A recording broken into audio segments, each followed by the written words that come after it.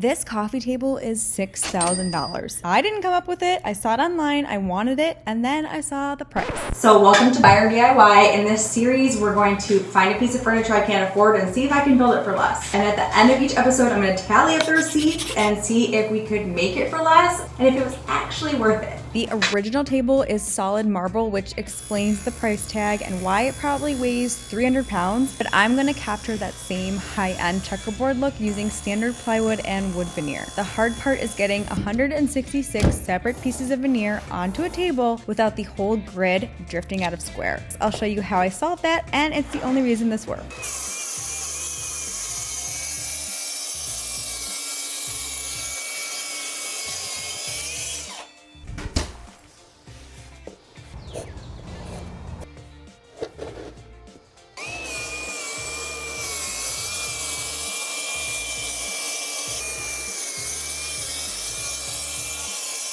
To get the specific look, you aren't just building one box. You're building two out of standard hardware store plywood. First up is the inner base, which sits directly on the floor. It's just a simple plywood rectangle, but it's reinforced with a few cleats on the inside for structural support. I have to put together the top of the coffee table. I built another outer rectangle. Big ass box done. And pocket hold the bottom panel right in. Had to go out and get some more screws because you know that you have to go to Home Depot at least 10 times during a project or it's not a real project. To get a perfectly seamless surface, I attach cleats around the inside rim, leaving just enough room for the top panel to drop right in. It sits completely flush with the outer edges and gets pocket hold securely into place. When you stack that big box on top of the small base, you get a plinth. That overhang creates a shadow line underneath, which is the whole trick. Now for the top, walnut and maple checkerboard. I'm letting the Cricut do it, but you can also cut it with a knife and a mat. The grid is laid out in design space. The veneer gets rolled onto the mat with a brayer, so it's completely flat. And I also apply painter's tape around each side.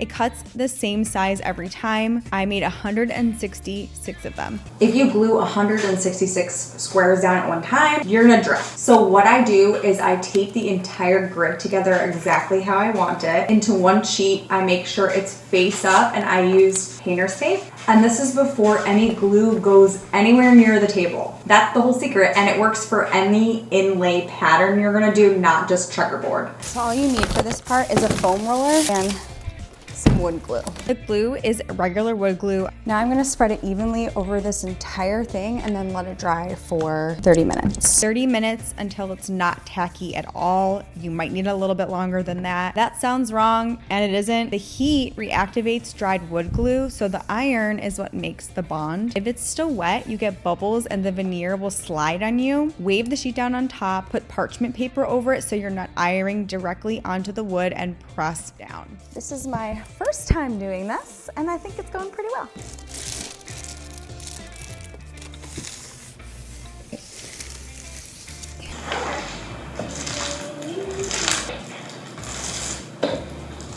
Moment of truth. I really hope this looks okay. Once the veneer is completely cooled down, you can peel the painter's tape off. To protect it, I wanted to make sure that the maple and the walnut veneer had more of a natural look to them, so I decided to apply a polycrylic, which is a water-based top coat. So it doesn't really change the look of the wood, it keeps it looking natural. So I applied 2 coats with a synthetic brush, and I sanded lightly between them using 320 grit. Just make sure you get all that dust up with a tack cloth before you apply the next coat. I connected the base to the top using figure-8 fasteners. You just drill a shallow recess into the base, screw them in, and it locks the 2 boxes together without any visible hardware from the outside.